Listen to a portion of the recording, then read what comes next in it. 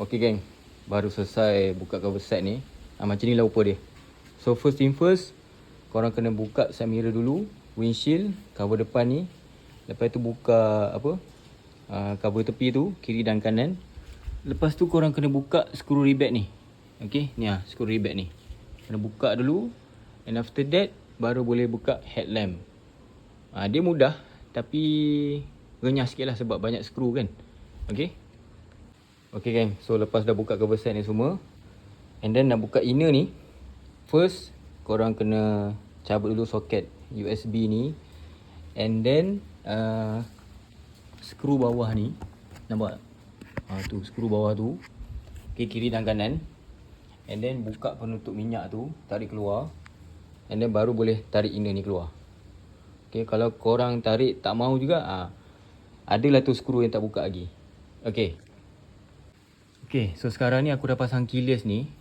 So macam main switch yang lama, kalau nak buka ni, untuk EX lah, untuk B1, B2 aku tak pasti dia pakai skru ke atau Allen key. Cuma untuk EX ni, korang kena pahat dulu. Korang kena pahat kiri dan kanan ni, tarik keluar skru tu. And then untuk pasang balik pakai je Allen key ataupun skru lah. Okay. So sekarang ni, untuk cable seat ni, sebelum ni dekat bawah. Okay, pasang kat sini. So untuk keyless ni, kabel seat ni korang tarik keluar ni. Tarik keluar. And then masukkan dekat bahagian depan. And then pin tu korang masuk dekat lubang ni. Sorry, nampak tak? Tu lubang tu, ada garis kan, masuk situ. And then lock. Lepas tu korang try untuk test dia punya kabel seat ni, open ke tak open. Okay, so ni remote dia. Bila korang beli keyless ni, korang akan dapat 2 remote lah. So, kunci dia ni, korang tekan je sini. Okay. And then test dulu. Kabel stick ni, function ke tak function. Okay. Sekejap aku test sekali lagi.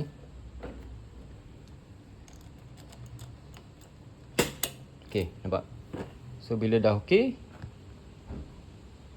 time untuk pasang pula.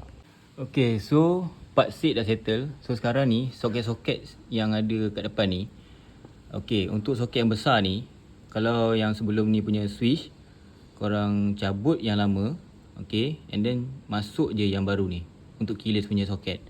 And then soket-soket yang lain ni, okay, korang masukkan je, mana yang ngam tu itulah kawan dia. Okay, so yang ni soket ni untuk tu lah, keyless tu.